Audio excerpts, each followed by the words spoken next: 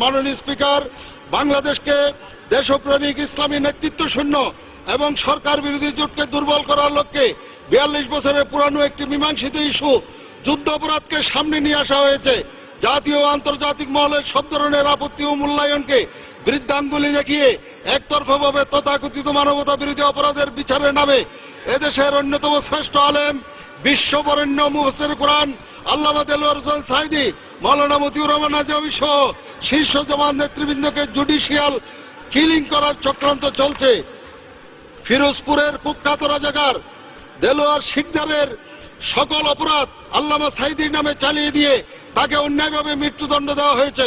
মাওলানা সাঈদী রাজাকার ছিলেন এমন কোন দালিলিক প্রমাণ প্রসিকিউশন বা তদন্ত সংস্থা দিতে পারে নাই।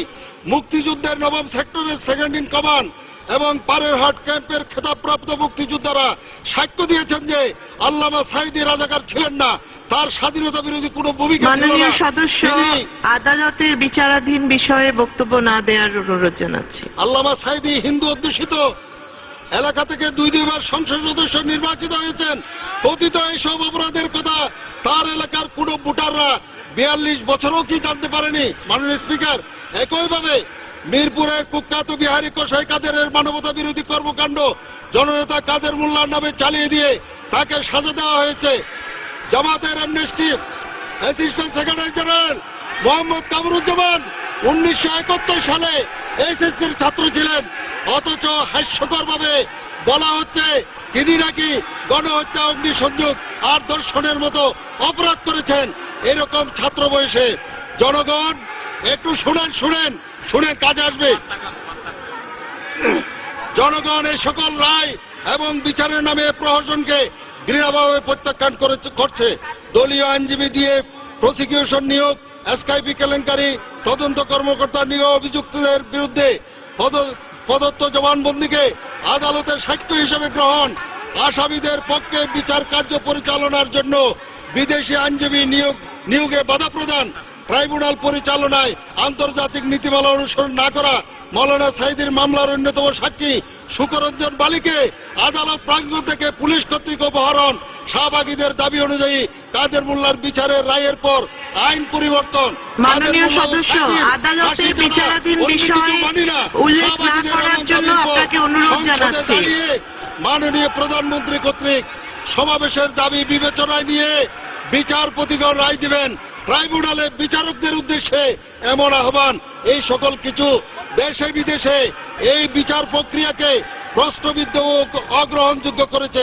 মাননীয় স্পিকার, এর পরেও কি বলতে হবে এই বিচার স্বচ্ছ, নিরপেক্ষ ও আন্তর্জাতিক মানের হচ্ছে?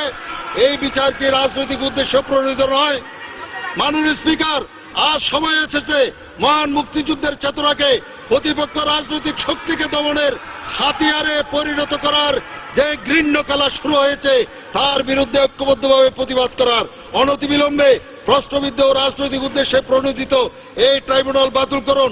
প্রতিহিংসার রাজনীতি থেকে সরে এসে সম্পূর্ণ নিরপরাধ জামাত নেতাদের মুক্তি দিন এবং জাতিসংঘের তত্ত্বাবধানে, মাননীয় স্পিকার, জাতিসংঘের তত্ত্বাবধানে আন্তর্জাতিক অপরাধ ট্রাইব্যুনাল গঠন করে প্রকৃত যুদ্ধ অপরাধীদের বিচার নিশ্চিত করুন। এটাই আমরা দাবি করছি। মাননীয় স্পিকার, এই সরকারের মধ্যে এক ধরনের ইসলাম ফোবিয়া কাজ করছে। ইসলামী দল, আলেম উলামা তে এক ধরনের অ্যালার্জি আছে এই সরকারের।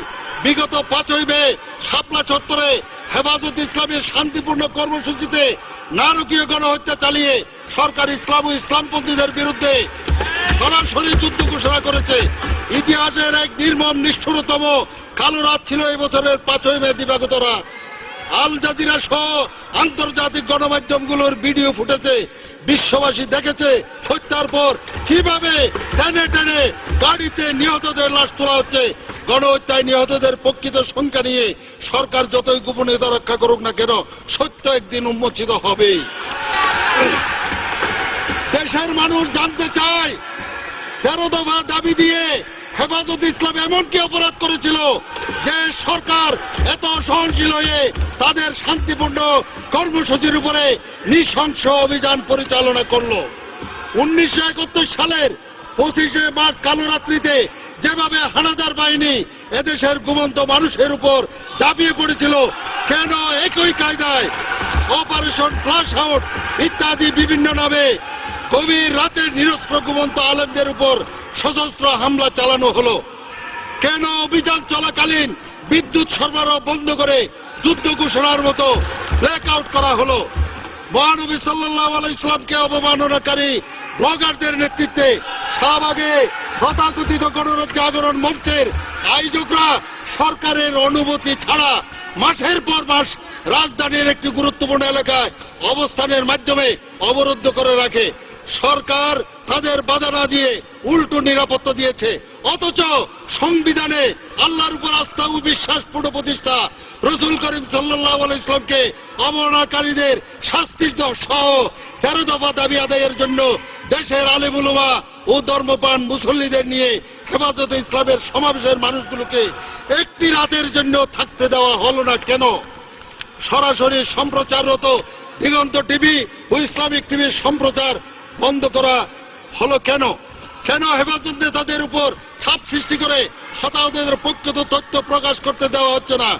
মাননীয় স্পিকার, আমি হেফাজতে ইসলামের মহাসচিব আল্লামা জুনাইদ বাবুনগরীকে রিমান্ডে নিয়ে যে অমানবিক নির্যাতন চালানো হয়েছে তার তীব্র নিন্দা জ্ঞাপন করছি।